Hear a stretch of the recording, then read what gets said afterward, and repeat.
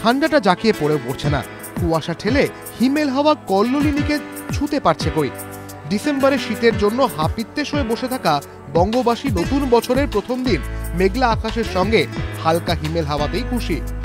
প্রাকৃতিক সৌন্দর্যকে সঙ্গী করে বছরের ভাগ্য পরীক্ষাটা যদি একবার করে নেওয়া যায় তাতে মন্দ কি।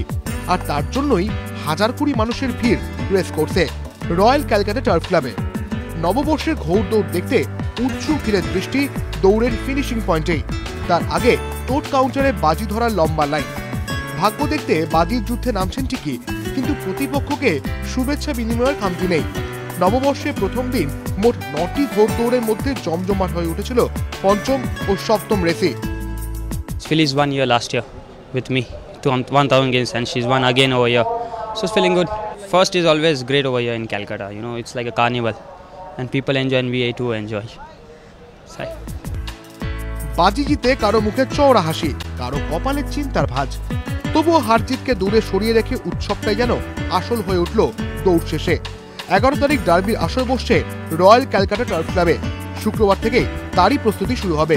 কুন্তল চক্রবর্তী, এবিপি আনন্দ, কলকাতা।